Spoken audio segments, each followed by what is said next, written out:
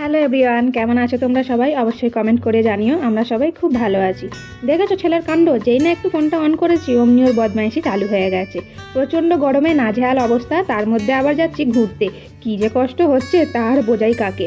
তো বসে আছে এখন হাওড়া স্টেশনে, এখন প্রায় দুপুর 2টো বাজে। আমরা যাচ্ছি নবদ্বীপ মায়াপুর। এই প্রথমবার আমরা মায়াপুর যাব, বেশ ভালোও লাগছে। তার মধ্যে গরমে আবার খুব কষ্টও হচ্ছে। কি আর করা যাবে, 1 মাস ছুটি কাটাতে দেশে এসেছি, তার মধ্যেও যদি ঘরে বসে থাকি তাহলে তো 1 মাস কেটেই যাবে, তাই না? তাই ভাবলাম এই গরমকেই সঙ্গে নিয়ে আজকে আমরা ঘুরতে যাব।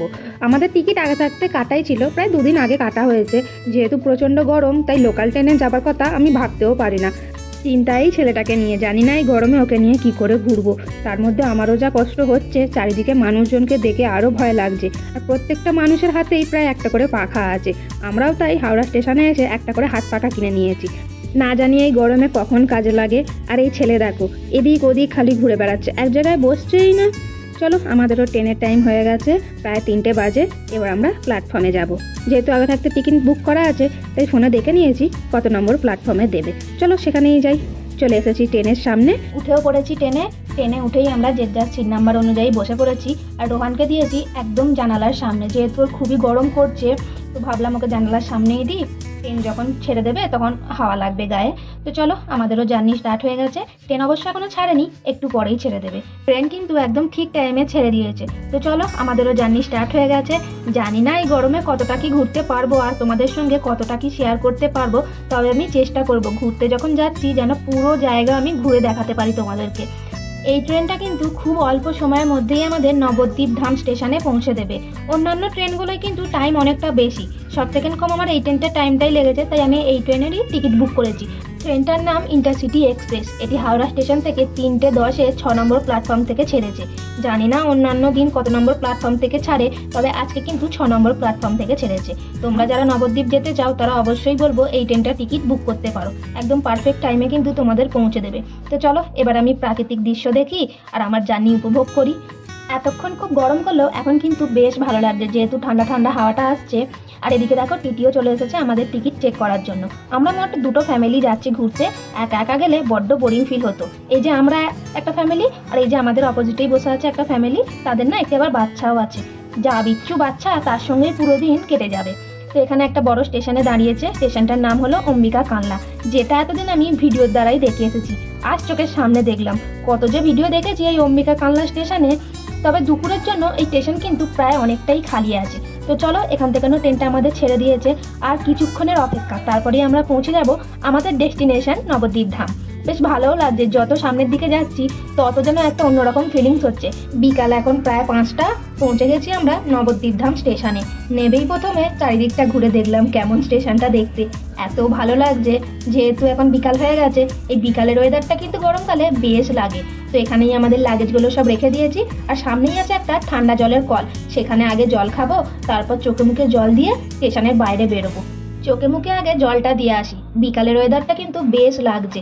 এখান থেকে বাইরে বেরোবো, সেখানে টোটো ধরে সোজা নবদ্বীপ লঞ্চ ঘাট।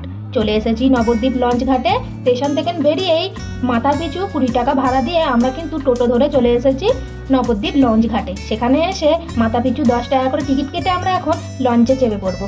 সারাদিন এত গরমে কষ্টের পর ফাইনালি আমরা একটু ঠান্ডা হাওয়া পাচ্ছি, কি যে ভালো লাগছে। আর একটু পরেই কিন্তু আমরা পৌঁছে যাব মায়াপুর। ওই যে দূরে কিন্তু মন্দিরের চূড়া দেখা যাচ্ছে। চলো আগে লঞ্চে চেপে পড়ি, নাহলে লঞ্চ ছেড়ে দেবে। তারপর তোমাদের ভালো করে চারিদিকটা দেখাবো। এখানে দেখি বাইকও লঞ্চে উঠে পড়ছে, আমি তো দেখে অবাক। আর আমার না একটু ভয়ও লাগছিল লঞ্চে ওঠার সময়, এত নড়ছিল যেন মনে হচ্ছে এক্ষুনি জলে না পড়ে যাই।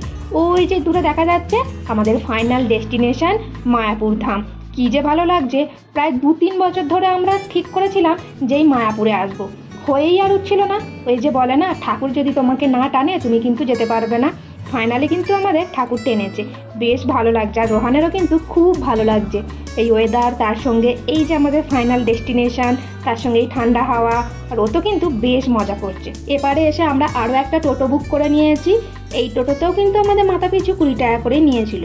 তো চলো এবার যাওয়া যাক। মেন মন্দিরের একদম গেটের সামনেই কিন্তু আমাদের নামিয়ে দেবে। এখানে প্রচুর টোটো আছে, তাই ভয় পাবার কোনো চিন্তা নেই যে না টোটো পাওয়া যাবে কি যাবে না। প্রচুর টোটো পেয়ে যাবে তোমরা এখানে। তো আমাদের আগে গিয়ে প্রথম কাজ হলো একটা ভালো রুম বুক করা।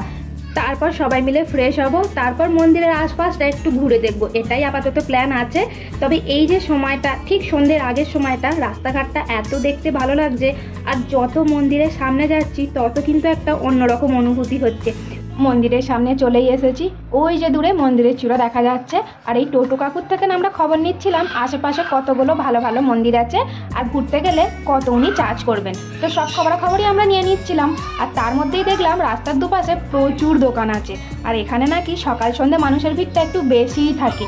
আর এই যে সন্ধ্যেবেলার টাইমটা এত ভালো লাগছে, রাস্তায় দেখতে পাচ্ছ যত আমরা সামনের দিকে যাচ্ছি তত কিন্তু মানুষের ভিড়টা বেশি চোখে পড়ছে। তো চলো যাওয়া যাক। আর এখানে এত জামা কাপড়ের দোকান, ইচ্ছা আছে এখান থেকে অনেক শপিং করে নিয়ে যাব।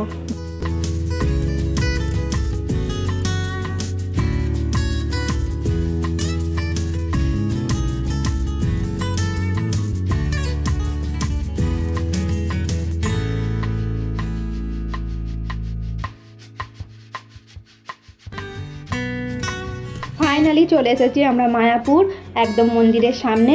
এখন এবার আমাদের প্রথম কাজ হলো একটা ভালো রুম খুঁজে বার করা। এখন প্রায় সন্ধ্যে 7টা বাজে। এখানে আমরা দাঁড়িয়ে আছি মন্দিরের ভেতরেই, একদম গেটের সামনে। ওই হলো মেন গেট, আর আমরা গেটের ভেতরেই দাঁড়িয়ে আছি।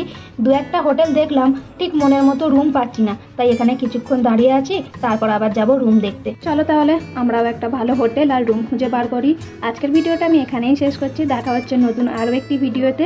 অবশ্যই কমেন্ট করে জানিও ভিডিওটি কেমন লাগলো। আজকের মতো সবাইকে টাটা, সবাই সুস্থ থেকো, ভালো থেকো।